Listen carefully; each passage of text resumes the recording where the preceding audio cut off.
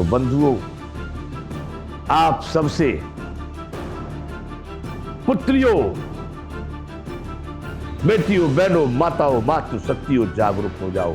अपने आचरण, अपने चरित्र, अरे तुम पर कोई आंख नहीं उठा सकता। हाथ की तो छूने की तो बात दूर जाने दो, यदि तुम्हारी सहमति नहीं तो। और जिन माता पिता ने तुमको पाला है, यदि तुम उनके नहीं हो सके तो तुम किसी के नहीं होगे। बार-बार हो जाओ, मत दो किसी को भी समर्थन प्रलोभन में। और मैं सरकार और समाज और उनसे भी ये अनुरोध कर रहा हूं कि अपनी नीतियों में सुधार लाइए।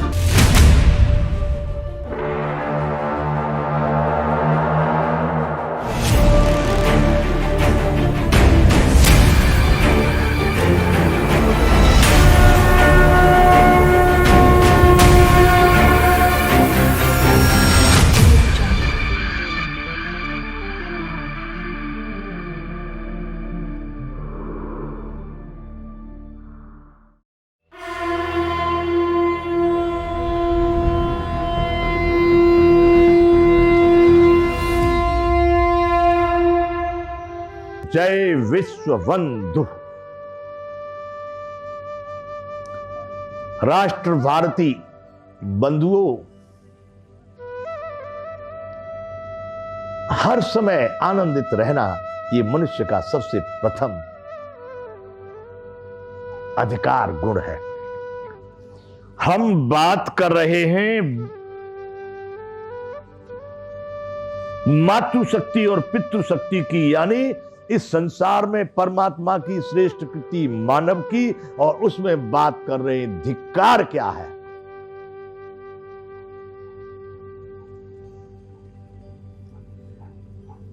याद आती है, मन आनंद से झूमने लगता है जब माता की कृपा, पुत्री का प्रेम, बहन का सौहार्द। लेकिन जब तीसरा कोई बीच में पड़ जाता है, अनर्गल व्यक्ति, तो ये बहुत कटु हो जाता है।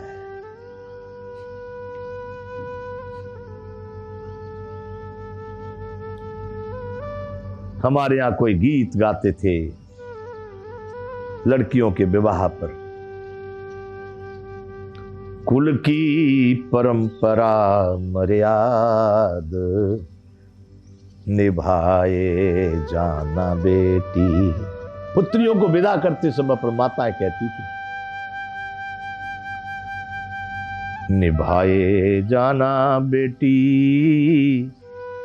चलाए जाना बेटी, कुल की परंपरा मर्याद निभाए जाना बेटी। बंधुओं, किस तरह की शिक्षा थी। आज से 50-100 वर्ष पीछे भारत में चले जाओ, कितने कष्ट थे, कितने दुराचारी पुरुष भी रहे, लेकिन आपको एक भी डाइवर्स, छूटा छेड़ा जिसको कहते हैं, तलाक, अरे हिंदी में तो मुझे इसका शब्द भी नहीं मिलता। विवाहों को छूटा करने का स्त्री पुरुष को हिंदी में मुझे मालूम नहीं, होंगे अवश्य होंगे, हिंदी में ऐसा डिक्शनरी में कोई नहीं जो न होवे, पर मुझे नहीं मालूम। आज परसेंटेज में गिनेंगे आप, प्रतिशत में, इतने प्रतिशत तो यहां पर डाइवर्स हो रहे हैं, छुट्टी हो रही है। कारण भारतीयता न रही, मेरी माता और पुत्रियों को वो ज्ञान नहीं रहा, या पुरुषों का वो आचरण नहीं रहा, जिसके कारण ये भारत भ्रमित हो गया।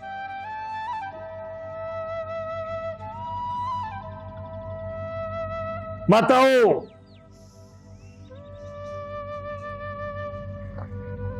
मन के लड्डू खाने से पेट नहीं भरेगा। ये चापलूसी और तुष्टीकरण की दुनिया बहुत खतरनाक है।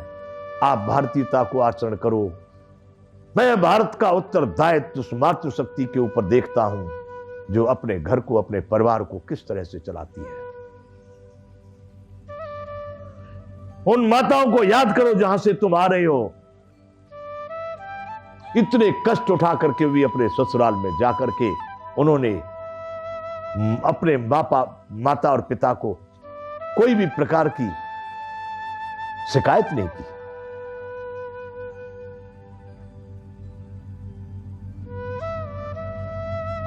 आज ये वही भारत है, यहां पर रोज हजारों डाइवर्स हो रहे हैं, हजारों केस उसमें पड़े हुए हैं, हजारों लड़कियां नित्य प्रति अपनी मर्जी से चली जा रही है। माता पिता का कोई अधिकार नहीं। या तुमने ये मान ही लिया है कि हमने संपूर्ण रूप से विदेशी पद्धति को अपना लिया, तो फिर बंद करो नाटकबाजी, कौन कहां भागा, कौन किधर गया, कौन जो गया सो गया, जो आया सो आया, बात खत्म करो। इस दोहरी नीति से भारत को नहीं आप संभाल पाएंगे। सरकार को अपनी नीतियों का बिल्कुल स्पष्टीकरण करके स्पष्ट उन विधि विधानों को लागू करना होगा जिसमें साम दाम दंड भेद सब आ जाते हैं।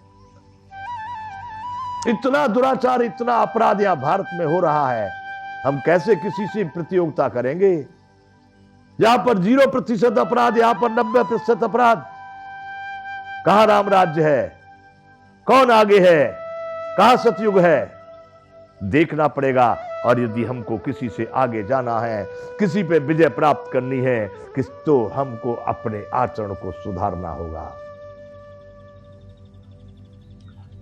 कभी हरियाणा में कुछ किसानों ने, किसी बुजुर्गों ने एक आवाज उठाई स्त्रियों के वेशभूषा पर, तो तालिबानी फरमान। अरे बंधुओं, तालिबानी फरमान तो नहीं है। वेशभूषा भी एक किसी देश की सांस्कृतिक सभ्यता का एक भाग है। उन बुजुर्गों की आत्मा, उनके कुछ नियम, उनकी कुछ नीति भी तुम कैसे सुखी हो लोगे? आशीर्वाद जिंदों का नहीं ले पाए तो तुमको देवता आशीर्वाद देंगे। कितनी प्रसन्नता होती है उन बुजुर्गों को अपने बच्चे बच्चियों का सुंदर आचरण देखते हैं, सुंदर वेशभूषा देखते हैं। अपने द्वारा जब उनका विवाह संस्कार पूरा करते, परिणय संस्कार। हमारे यहां विवाह कोई साधारण लेभागु काम नहीं है। यहाँ के ग्रंथ, मैं हालांकि किसी भी ग्रंथ को, किसी शास्त्र को, किसी भी वेद को या पुराण को मैं प्रमाणित नहीं करता हूं। क्यों नहीं करता हूं? कि उस समय पर किस स्थिति, किस स्थान पर, किन किन कारणों से उन बातों का वर्णन होगा, वो मैं न था उस समय पर। आज मुझे जो उसमें से अच्छा लगता है उसको मैं अवश्य मानता हूं।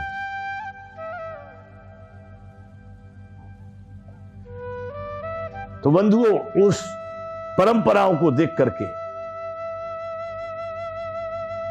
उन अपने पूर्वजों की कल्पनाओं को देख करके, यहां एक ये 16 संस्कार में से एक ये संस्कार था परिणय संस्कार। और वो संस्कार कभी टूटा नहीं, भारत में नहीं टूटता था।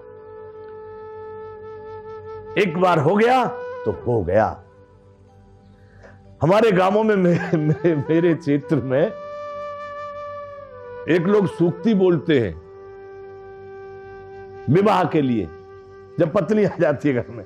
वो गांव की भाषा में एक सूक्ति है, सिर पर गई मोहर धरेते, छूटेगो पिंड मरेते। गांव की भाषा है, कितनी प्यारी भाषा लगती है।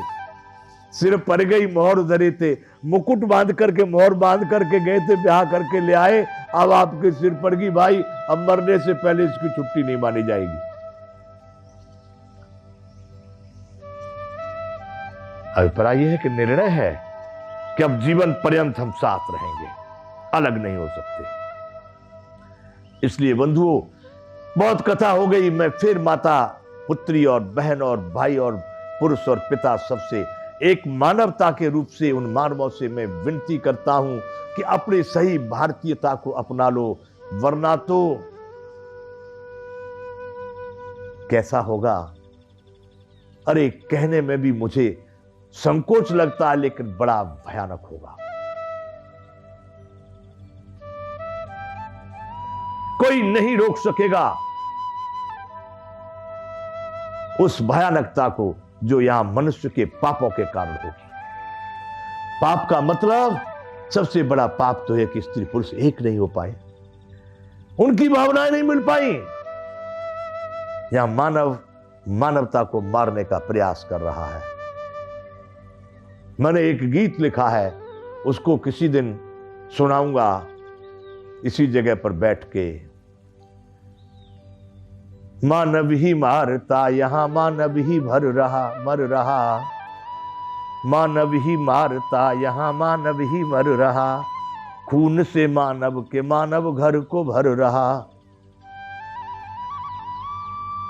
मानव की ऐसी दुर्दशा मानव ही कर रहा। किसके द्वारा हो रहा? मानव की मनमानी यहां मानव का है मेला। जब भी जहां पाया वहां ससभानु अकेला।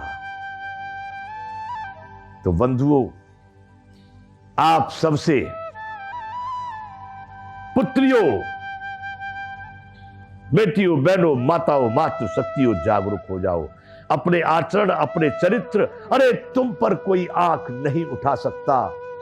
हाथ की तो छूने की तो बात दूर जाने दो, यदि तुम्हारी सहमति नहीं तो। और जिन माता पिता ने तुमको पाला है, यदि तुम उनके नहीं हो सके तो तुम किसी के नहीं होगे। बारे बाट हो जाओ, मत दो किसी को भी समर्थन प्रलोभन में।